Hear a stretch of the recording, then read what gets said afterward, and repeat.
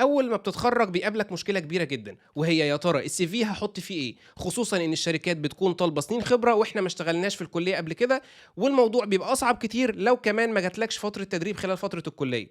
فلو عايز تعرف ازاي تحل المشكله دي كمل الفيديو للاخر. السلام عليكم ورحمة الله وبركاته، أهلا بيكم فيديو جديد. والنهاردة إن شاء الله هنتكلم إزاي أقدر أبني خبرة سنتين قبل التخرج وأكون مستعد لسوق العمل. فخلونا نبدأ. اغلب الناس في الكليه بتنقسم لشقين، جزء بيهتم بالبروبلم سولفنج وجزء تاني بيهتم بالتكنولوجي، وفي جزء صغير جدا بيعمل الاثنين في نفس الوقت. لو انت مش هتعرف توازن بين الاثنين في نفس الوقت ابدا بالتكنولوجي قبل ما تتخرج بسنتين، وده عشان تكون اديت لنفسك فرصه انك تقدر تبراكتس على الاساسيات بشكل كويس وتكون اتمرنت على البروبلم سولفنج كذلك. طب اعمل ايه لو انا الوقت بيجري مني وانا لسه ما عملتش حاجه؟ ما توترش نفسك وابدا من دلوقتي وما تقارنش نفسك باي حد. طب برضو ازاي ابني خبره سنتين قبل التخرج؟ احنا اتفقنا ان احنا هنبدا نذاكر تكنولوجي قبل ما نتخرج بسنتين. طب يا ترى هبدا بانهي تكنولوجي اصلا؟ اجابتي ليك انك تبدا وخلاص، ايا كان التك ستاك اللي هتبدا فيه وتشتغل فيه. نصيحتي ليك انك تبدا تشوف سوق العمل حواليك شغال بانهي تك ستاك وتبدا فيه على طول دلوقتي، وده لانك مع الوقت وانت بتتعلمه وبتتعمق فيه هيبقى سهل بعد كده قدام انك تشفت التكنولوجي بتاعك لان المفاهيم هتكون واحده. طيب وبعد كده دليلك السحري لانك ازاي تكون خبره سنتين قبل التخرج هي انك ازاي تتعلم تعمل سايد بروجكت، يعني مشاريع جانبيه بشكل صح. طب هو في اصلا مشاريع جانبيه بتتعمل بشكل غلط؟ في مشاريع جانبيه بتتعمل بشكل غلط. مفهومك عن المشاريع الجانبيه انك تطبق ورا اللي بيدي الكورس بخلال انك بتعمل نفس البروجكت اللي هو بيعمله، ده مفهوم غلط تماما لان ده مش سايد بروجكت، انت لسه بتتعلم. امال ازاي اعمل سايد بروجكت بشكل صح؟ اول حاجه انك بعد ما تتعلم الكورس سواء كنت فرونت اند او باك اند، وليكن مثلا على سبيل المثال هناخد مثال على الباك اند، هنقول ان انا كنت بذاكر كورس نوت جي اس واتعلمت ازاي اعمل باك اند من خلال كراود اوبريشنز عن طريق ان انا بقدم اند بوينتس لايبراري مانجمنت سيستم. دورك دلوقتي انك بعد ما تخلص الكورس وتكون طبقت على المثال اللي كان بيشرحه الانستراكتور في الكورس بتاعك، انك تبدا دلوقتي تشوف مشاريع مختلفه على النت. هنقول مثلا على سبيل المثال انك دلوقتي عايز تعمل باك اند الموقع توظيف، وده مشروع انت ما اشتغلتش فيه قبل كده خالص. امسك المشروع ده وابدا اعمل له بلاننج وابدا طبق اللي انت اتعلمته في كورس النوت جي اس من اللايبراري مانجمنت سيستم في الكورس ده.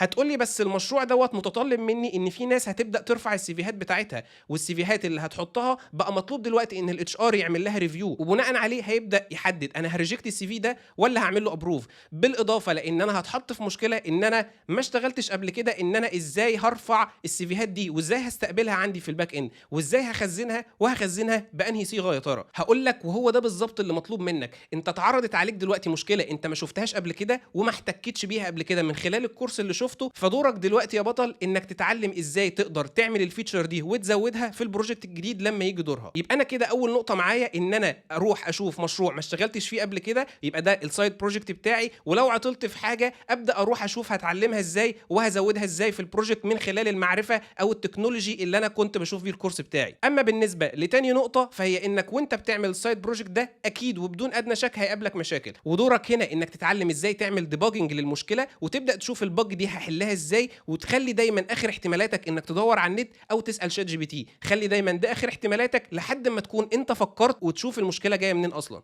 اما بالنسبه لثالث نقطه معانا هي ان برضو وانت بتشتغل في السايد بروجكت ده لانه مشروع جديد ما اشتغلتش فيه قبل كده هيقابلك حاجات انت مش عارف بتتم ازاي، زي وليكن على سبيل المثال ازاي هعمل فاليديشن على الفايل تايب اللي هيترفع لي، ما ممكن يكون ماليشيس فايل. طب ازاي هعمل فاليديشن عليه، وازاي هعمل فاليديشن على السايز بتاعه، ويا ترى التايب بتاعه هيكون بي دي اف ولا وورد، والصيغه بتاعته هتكون ايه. كل دي حاجات جديده انت ما تعرضتلهاش قبل كده، فدورك هنا انك تتعلم حرفيه الكود. يعني ايه حرفيه الكود؟ يعني تكون قادر انك تدور على النت وتجيب سنيبت جاهزه بتعمل ده وتبدا تعمل لها ريوز وتكون فاهم هي بتعمل ايه وبتشتغل ازاي بالظبط، مش هتحطها كده وخلاص. بالاضافه لانك تكون قادر تكستمايز عليها، وليكن لو الفاليديشن ده بيتم مثلا على فايل من تايب معين انا هزود تايبس ثانيه، لو الفاليديشن ده بيعمل على فايل سايز معين قادر ان انا اغير فيه واعدل فيه بعد كده براحتي واعمل كستمايزيشن زي ما انا عايز. هي دي حرفيه الكود. اما بالنسبه لرابع حاجه ودي الاخيره هي انك ما تنساش تحط السايد بروجكت في السي في بتاعك، وده لان الاتش ار لما هيجي يشوفه هيقول فعلا الشخص ده كاتب ان هو عنده تكنيكال سكيلز بالشكل الفلاني وفي مشروع بيثبت ان هو طبق فيها التكنيكال سكيلز دي، فده هيكون وسيله انك تسوق بيها لنفسك من خلال السي في.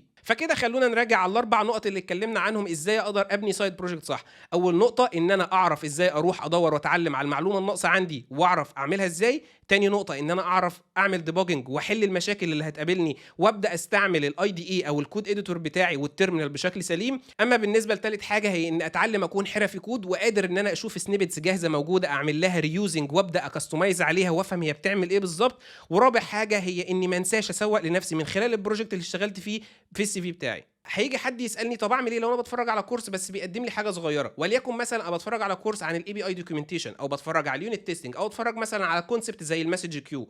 ابدا احط ازاي ده في السايد بروجكت بتاعتي؟ هل محتاج ابني سايد بروجكت من الصفر؟ هقول لك لا، مش لازم تبني سايد بروجكت من الصفر. ممكن نفس الباك اند اللي انت عملته قبل كده تزود فيه الاي بي اي دوكيومنتيشن وتزود فيه بعض الحاجات اللي اتعلمتها قدام، وده هيطور من المشروع لما تيجي تكتبه في السي في وتقول انا طبقت تكنولوجيز مختلفه في كذا وكذا وكذا.